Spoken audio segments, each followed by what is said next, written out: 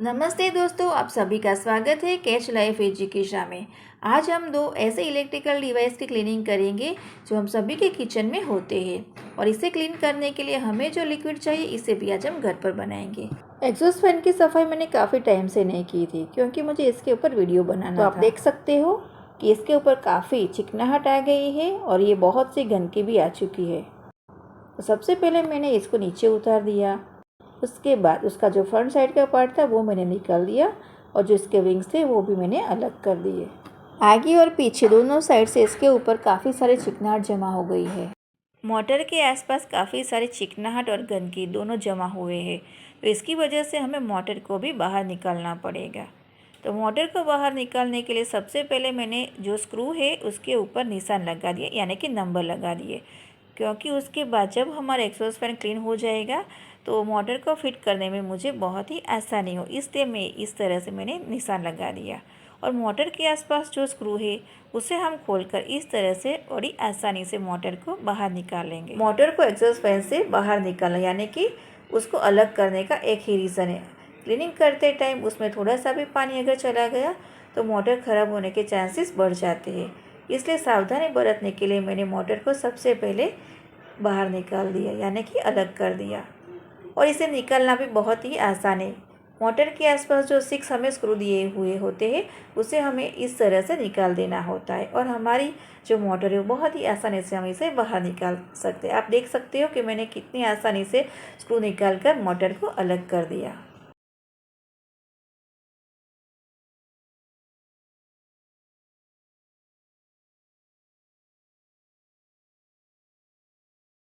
Power supply देने के लिए मोटर से कनेक्टेड एक वायर होता है जो कॉर्नर से इस तरह से फिट किया होता है।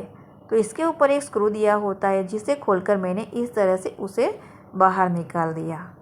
क्लीनिंग करते टाइम मोटर में थोड़ा सा भी पानी न चला जाए, इसलिए मैंने उसको इस तरह से पॉलीथीन में पैक करके साइड में कर दिया।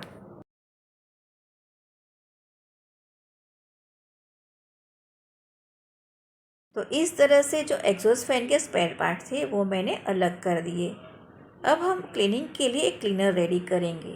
उसे बनाने के लिए मैंने यहाँ पानी को गर्म कर लिया, 1 चम्मच कुकिंग सोडा ऐड किया, उसके बाद 2 चम्मच नींबू का रस ऐड किया, 1 चम्मच डिश वॉशर लिक्विड ऐड करेंगे। नींबू की जगह आप विनेगर भी यूज़ कर सकते हो।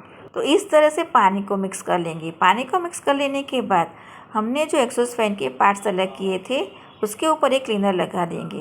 क्लीनर लगाने के लिए हमें टूथब्रश की ज़रूरत पड़ेगी। उस जगह पर मैंने स्क्रॉच बाइट को यूज़ नहीं किया था क्योंकि स्क्रॉच बाइट गीला होने की वजह से ये अटैच एक वायर जा रहा है, तो मुझे डर था कि इसके ऊपर पानी थोड़ा सा चला जाएगा तो कुछ प्रॉब्लम होगी। तो इसकी वजह से मैंने एक नाइफ़ ली और नाइफ़ की सहायता से इस तरह से मैंने चिकनाहट निकाल दी और वो बहुत ही आसानी से निकल भी गई क्योंकि मैंने पहले से ये क्लीनर तो लगा कर रखा था और 7 मिनट के लिए इसे छोड़ दिया था। तो इस तरह से बहुत ही आसानी से सारी चिकनाहट निकलती जा रही थी। स्क्रबर, स्क्रॉच बाइट की सहायता से हम बहुत ही आसानी से इसे क्लीन कर सकते हैं। स्क्रॉच बाइट और स्क्रबर, इन तीनों में से आपको जो भी अच्छा लगे वो आप यूज़ कर सकते हो। मैंने तीनों का यूज़ किया है क्योंकि मेरा एग्जॉस्ट फैन काफ़ी ख़राब हो चुका है, काफ़ी चिकनाहट उसके ऊपर आ गई है, इसलिए मुझे तीनों की ज़रूरत पड़ेगी। तो 5 से 7 मिनट के लिए इस तरह से हम एक क्लीनर को लगा देने के बाद इसे छोड़ देंगे। 7 मिनट के बाद इसके ऊपर हम टूथब्रश या स्क्रबर से इसे क्लीन कर लेंगे। 7 मिनट के लिए हमने इसके ऊपर लिक्विड लगा कर रखा था, तो ये बहुत ही आसानी से ये क्लीन होता जा रहा है। होममेड क्लीनर की जगह आप मार्केट से भी हार्डवेयर की शॉप पर आपको बहुत ही इजीली थिनर मिल जाएगा। इससे भी आपके एग्जॉस्ट फैन की चिकनाहट बहुत ही आसानी से निकल जाएगी। एग्जॉस्ट फैन के तीनों फ्लेवर्स काफ़ी ख़राब होने की वजह से मुझे फिर से एक नया लिक्विड रेडी करना पड़ा और 10 मिनट के लिए इस पानी के अंदर उसे छोड़ दिया।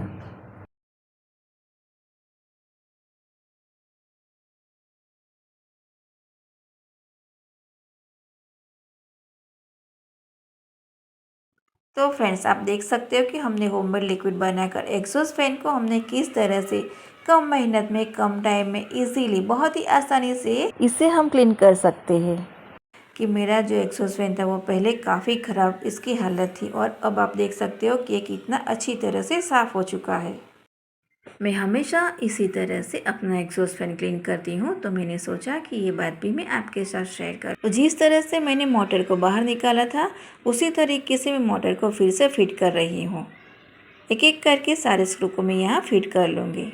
तो एक एक करके एग्जॉस्ट फैन के सारे पार्ट्स मैंने अटैच कर दिए। एग्जॉस्ट फैन की क्लीनिंग करते टाइम जो मोटर निकालने का काम होता है वो मेरे हस्बैंड करते हैं, लेकिन इस बार मेरे हस्बैंड घर पर नहीं थे।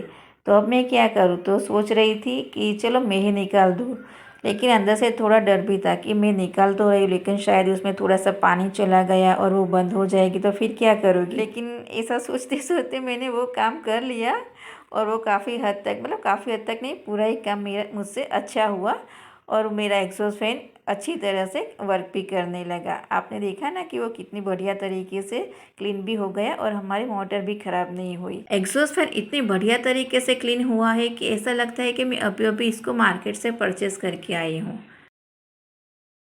दूसरी क्लीनिंग करेंगे गैस स्टव के बर्नर्स की।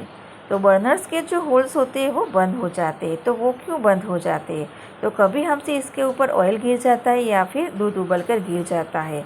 तो इस बंद होल्स को हम किस तरह से वर्क में लाएंगे, तो इसके लिए हमें इस लिक्विड के अंदर इसे आधे घंटे के लिए छोड़ देना है। आधे घंटे के बाद इसे लिक्विड से बाहर निकाल कर टूथब्रश की सहायता से इस तरह से हम क्लीन कर लेंगे। तो उसके ऊपर चिकनाहट आ जाती है और उसके जो होल्स होते हैं वो बंद हो जाते हैं। तो फिर से हम किस तरह से इसे वर्क में ला सकते हैं, तो इसके लिए हमें जो हमने रेडी किया है लिक्विड, उसके अंदर हमें इसे आधे घंटे के लिए छोड़ देना है। आधे घंटे के बाद टूथब्रश की सहायता से इसे हम क्लीन कर लेंगे। क्लीन कर देने के बाद साफ़ वाटर से इसे वॉश कर लेंगे। उसके बाद सूखे कपड़े से इसे पोंछ लेंगे। आप देख सकते हो कि हमारे बर्नर्स के ऊपर काफ़ी चिकनाहट आ चुकी थी। तो इस तरह से क्लीन करने के बाद हमारे बर्नर्स अच्छी तरह से क्लीन हो गए और उसके ऊपर से चिकनाहट सारी की सारी निकल गई। उसके बाद क्लीन करेंगे सीलिंग फ़ैन की। तो सीलिंग फ़ैन को क्लीन करने के लिए मैंने यहाँ एक गीला कपड़ा लिया और उसके ऊपर कपड़े धोने का सर्फ आता है उसे लगा लिया।